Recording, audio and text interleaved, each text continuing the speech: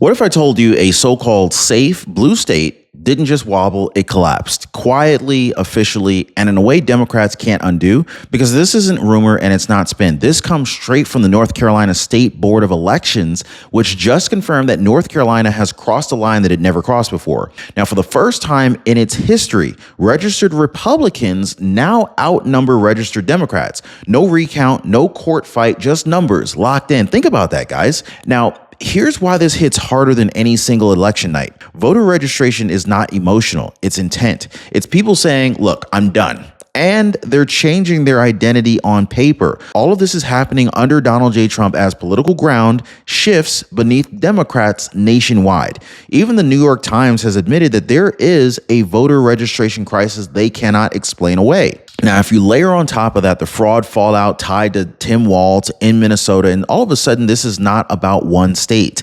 This is about trust breaking everywhere at once. So the real question is this: if one safe blue state just flipped without warning, then which one is next and what happens when the dominoes fall? Well, stick with me, guys. This is where it gets uncomfortable. Hit the like button and subscribe. Okay, this did not happen on election day. It happened quietly, and this is why it matters. So on January 3rd, 2026, the North Carolina State Board of Elections just certified something that has never, ever happened before in North Carolina history. Registered Republicans officially outnumber registered Democrats. No lawsuits, no protests, just math. Now, here's the key distinction that the media keeps on dancing around. This wasn't a candidate win. This wasn't turnout. This is identity. Voter registration is people saying, look, I'm not just voting differently, I am different.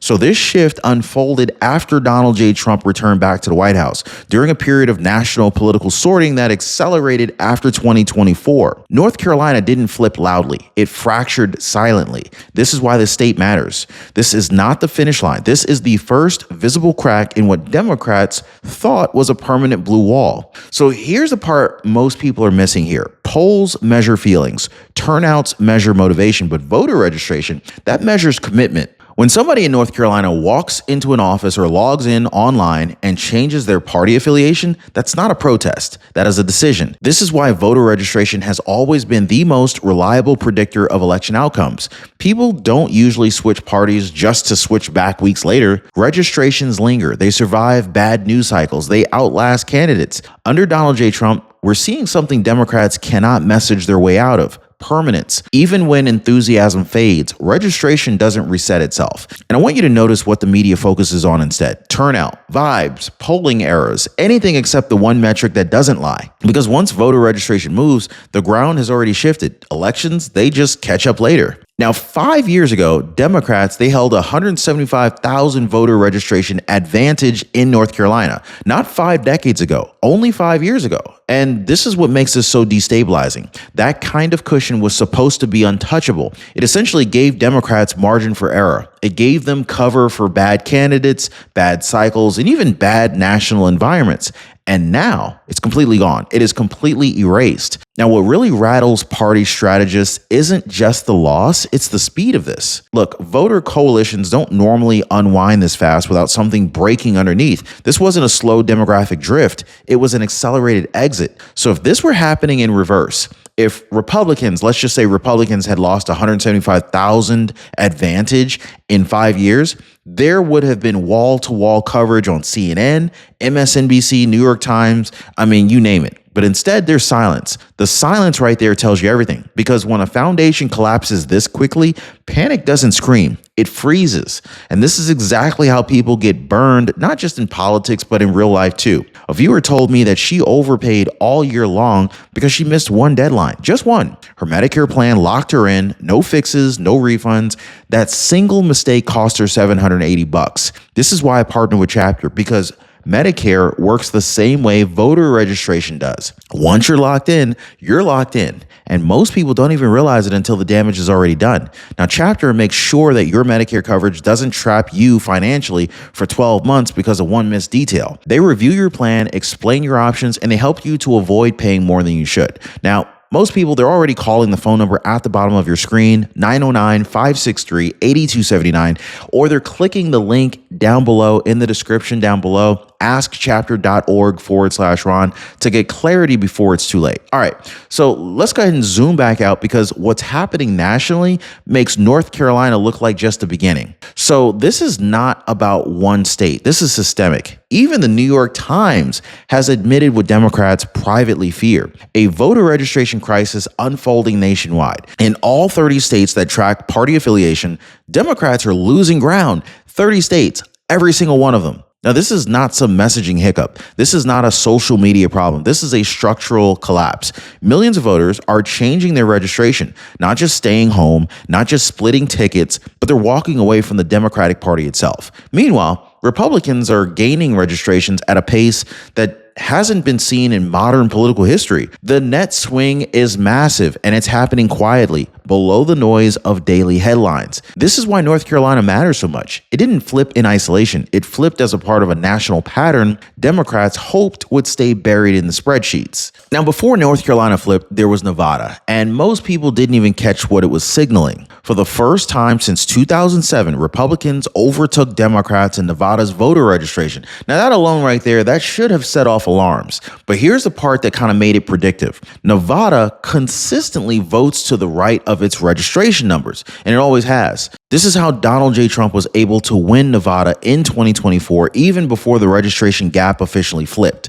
So, Nevada really was not an anomaly. It was really a test case, a state where voter behavior moved first, registration followed second, and elections followed last. North Carolina is the confirmation phase. When registration flips before an election, the outcome is usually baked in months or even years ahead. Nevada showed the pattern. North Carolina proved it wasn't isolated. Now, publicly, Democrats, they want to dismiss this as just noise. Whatever. There's nothing to see here, folks. Now, privately, they are absolutely scrambling. When voter registration collapses, everything downstream breaks. Donors hesitate because momentum feels gone. Volunteers disappear because enthusiasm dries up.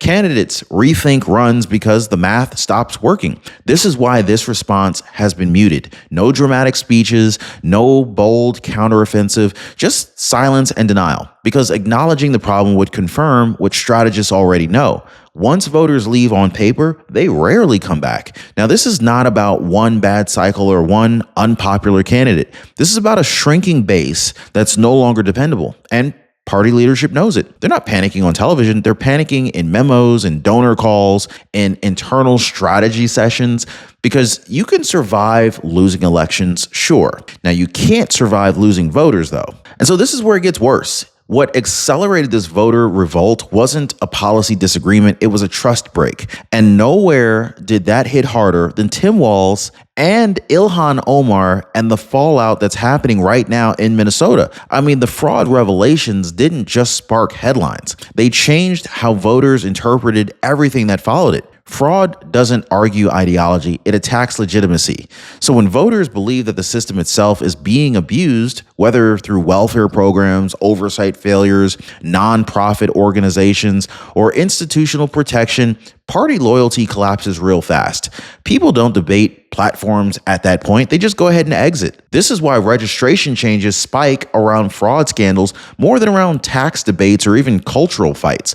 Trust, once it's broken, does not heal with speeches. People don't want their hard-earned taxpayer dollars stolen from them. Do you? I don't. And it hardens into paperwork. Minnesota just became a case study in how quickly confidence drains. And voters elsewhere, they noticed. Because when one state shows the seams, others start pulling at the thread. So the response to that trust collapse mattered just as much as the scandal itself. When Marionette Miller Meeks introduced the Walz Act, this wasn't the cause of voter anger. It was the acknowledgement of it. Marionette Miller Meeks's bill signaled something that voters had really been wanting and waiting to see: enforcement, not excuses. This is the pivot that Democrats struggle with. Republicans, they moved from rhetoric to accountability, from talking about fraud to writing policy aimed at stopping it. Now, that distinction matters to voters who feel burned. And I want you to notice the contrast here, okay? While Democrats argued about messaging and optics, Republicans framed fraud as a legitimacy crisis requiring action. Now, that right there, that made the issue national and not just local. Once fraud becomes symbolic of broader institutional failure, earlier, it stops being a Minnesota problem. It becomes a warning flare. And when voters see one party acting and the other reacting, registration shifts follow very quickly. So when Tim Walz decided not to seek a third term in Minnesota, it landed heavier than Democrats wanted to admit. Now, to voters, leadership exits are not procedural. They're symbolic. They read it as a retreat, as accountability without a courtroom. And once that perception sets in, it validates the doubts people were already carrying. This wasn't about one governor stepping aside. This was about confirmation. Confirmation that something went wrong. Confirmation that the damage wasn't just media spin. And confirmation that trust, once fractured, doesn't magically return. When leaders disengage, voters interpret it as permission to do the same. This is how disengagement spreads, not through speeches, but through silence and absence. You could feel it in registration data. You could see it in voter behavior. People didn't just stay home. They refiled. They left. And once that door closes, parties don't get to decide when it reopens again. Now, without this state, the map doesn't work. This is the quiet reality surrounding Pennsylvania, and this is why Democrats are losing sleep over voter registration trends over there. Look, according to election forecaster Seth Keshel, the Keystone State has shed over 40% of its Democratic registration advantage since 2024. Now, this is not happening evenly. It's concentrated in bellwether counties like Erie and Northampton, the very counties that have historically predicted how Pennsylvania votes statewide. When those counties move, the whole state follows. This is why Pennsylvania is not just another state, it's a gatekeeper. No Democrat has a viable path to 270 electoral votes without it. When registration collapses here, it doesn't just tilt elections, it locks doors permanently. So what's happening next isn't speculation, it's pattern recognition. Look at Duval County, home to Jacksonville. Now, for decades, Duval County has functioned as a political mirror for Georgia. When Duval shifts, Georgia follows. The demographics line up, the voting behavior tracks, and historically, the outcomes match as well. Now, in 2020, Joe Biden narrowly won Duval and he narrowly won Georgia. In 2024, Donald J. Trump won Duval and then won Georgia. That wasn't coincidence. Now, here's the part that most people miss. Georgia doesn't register voters by party. And so what this means is that registration shifts there, they're invisible until election day. But Duval does register by party and it's moving sharply to the right. So when Democrats look at Georgia and they say, nothing's changed, they're looking at the wrong signal. The warning light is already flashing next door. This is how it always begins, not with chaos, not with protests, but with paperwork. One state flips quietly, then another state starts wobbling, then donors hesitate, candidates reconsider, volunteers disappear, and suddenly what looked permanent isn't. Under Donald J. Trump, the political map isn't shifting through spectacle. It's being rewritten through registration, trust, and even consequences. North Carolina wasn't supposed to happen. Neither was Nevada. Neither was Pennsylvania bleeding this fast. But history doesn't ask permission. And here is the final warning, especially for Republicans who are watching this unfold. None of this is guaranteed. Momentum dies when complacency takes over. Voter registration is powerful, but only if it's protected, expanded, and defended. Because once voters move on paper, the future follows. Once the dominoes start falling, no amount of spin puts them back upright. That's the reality. And this is only the beginning. Drop a like, subscribe. We'll see you next time.